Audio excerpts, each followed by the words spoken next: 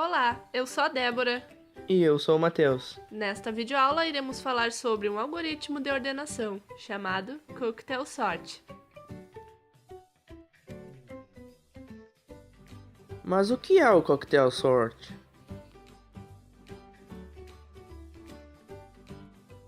Também conhecido como Shaker Sort e Bubble Sort bidirecional, o Cocktail Sort é uma variação do Bubble Sort, que é tanto um algoritmo de ordenação estável quanto uma ordenação por comparação.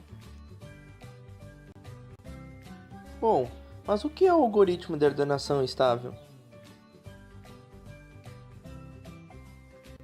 Considera-se um algoritmo estável quando a ordem dos elementos de chaves iguais preserva sua ordem inicial. Mas o que é um algoritmo de comparação?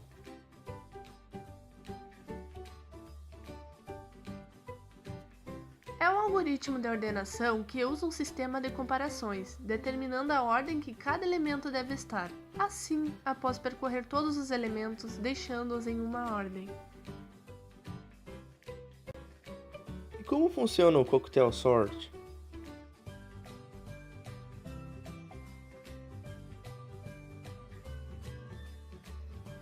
O Cocktail Sort compara um valor com outro ao lado, ordenando os maiores valores para as últimas posições e retorna trazendo os menores valores. Para demonstrar como funciona, crie uma lista de números desordenados do 1 ao 6. O número 5 irá comparar o seu valor com o valor ao lado. Como ele é um valor maior, ele irá trocar de posição com o número 1.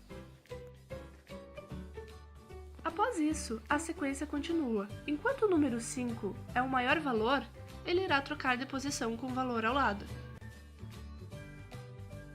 Como o número 5 não é maior que o número 6, eles não trocarão de posição. Assim a comparação seguirá com o próximo valor, que no caso é o número 6.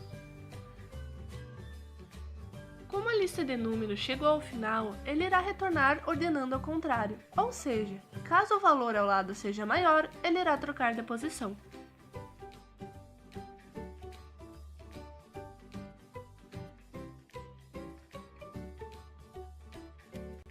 Então, dessa maneira, deixando os números ordenados. Cocktail Sort no seu melhor caso, quando a lista vetor ou array estiver quase da forma ordenada, apenas com alguns elementos em posições incorretas, o seu desempenho é denotado por ODN. O seu desempenho mostra-se baixo quando o que estamos ordenando está parcialmente ou totalmente de forma desordenada, sendo denotado ODN ao quadrado.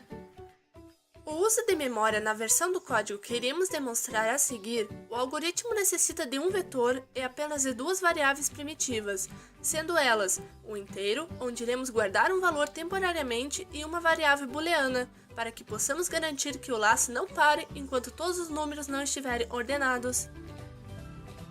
Agora iremos realizar uma demonstração prática do Cocktail Sort. Bom, pessoal, então estamos aqui com a nossa ideia NetBeans aberta para nós implementarmos o nosso algoritmo. Então, aqui eu criei uma classe chamada testando, só para implementarmos. Então, eu já criei aqui um vetor com alguns valores, desordenadamente. Já coloquei aqui para printar na tela com ele desordenado, para fazermos uma comparação com ele ordenado depois. Então, aqui eu vou criar o nosso método, então, para implementarmos o nosso algoritmo de ordenação. Como a gente não sabe quantas vezes o nosso algoritmo vai precisar rodar para que todos os elementos estejam organizados de forma correta, então vamos criar um do while aqui. Então vamos criar aqui uma variável que vai ser nosso ponto de parada, que vai ser o troca então. Aqui vamos inicializar essa variável então com o false, porque ainda não houve nenhuma troca. Essa variável que vai ser a nossa condição no while aqui. Então, vamos criar o nosso for para percorrer o nosso vetor. Então, ele vai percorrer até a penúltima posição, no caso do nosso vetor, porque o algoritmo sempre pega um próximo elemento para comparar.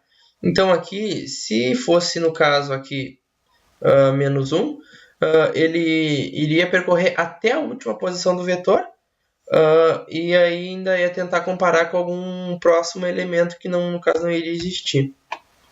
Aqui então vamos realmente criar nossas trocas aqui. Aqui então, no caso, na posição 0 for maior que o vetor na próxima posição, que é a posição i mais 1, se ele for maior,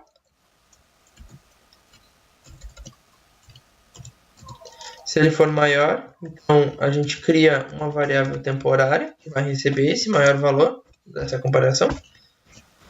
Então, essa primeira posição vai receber o valor da próxima posição, que é i mais 1. Então, aqui a próxima posição, que é i mais 1, vai receber a variável temporária. No caso, é a maior aqui da nossa comparação, que foi guardada aqui anteriormente. E aqui, vamos modificar aqui para true, que houve troca. Então, esse primeiro laço, ele sempre vai levar os maiores valores para o final. Então, como o nosso algoritmo ele é implementado dessa forma, que ele vai até o final e do final retorna para o início, modificando os valores. Então, do início ao final, ele leva os maiores para o final, e quando ele vai do final até o início, ele traz os valores mais baixos para o início. Então, vamos criar um outro laço para percorrermos, então, a partir da penúltima posição, length-2, vamos fazer ele percorrer até a primeira posição do nosso vetor e vamos decrementar. Aqui, então, vai correr da mesma forma que fizemos anteriormente. Aqui, então, no caso, se a penúltima posição for maior que a última, então, vamos criar aquela nossa variável temporária, que vai guardar o maior valor, que é a penúltima posição. Vamos fazer como fizemos no anterior ali. Então, a penúltima posição vai receber a última posição, no caso, mais 1. E, no caso, a última posição vai receber o valor da nossa variável que nós guardamos na variável temporária anteriormente. E aqui modificamos o nosso e troca para true. Então, aqui, recapitulando. Então, esse primeiro for aqui, ele vai sempre levar os maiores valores, que ele começa no início, vai levando até a penúltima posição. Aqui ele vai levando sempre até terminar esse laço aqui, vai levar os maiores valores para o final. E esse segundo laço aqui, como ele já inicia na penúltima posição, ele vem trazendo os menores valores para o início. Então, vai percorrer até a primeira posição. Aqui, então, nós podemos implementarmos aqui uma condição, né, no caso de parada, que se não houver nenhuma troca, quer dizer que o nosso vetor já está organizado. Então, a gente pode botar um break aqui. Então, se não houver mais nenhuma troca, é porque o vetor já está organizado. Então, aqui, vamos dar um print na tela. Então, depois, vamos dar um print aqui. Vamos .toString, passar o nosso vetor ali. Então, vamos testar aqui para ver se funcionou. Então, aqui como podem ver, aqui eu coloquei para dar um print dele desorganizado, e aqui, logo após implementarmos o nosso algoritmo, ele implementou da forma correta, já deixou organizado aqui. Bom, pessoal, então espero que tenha ficado claro para vocês. Lembrando que essa não é a única versão do algoritmo que podemos implementar, contém outras.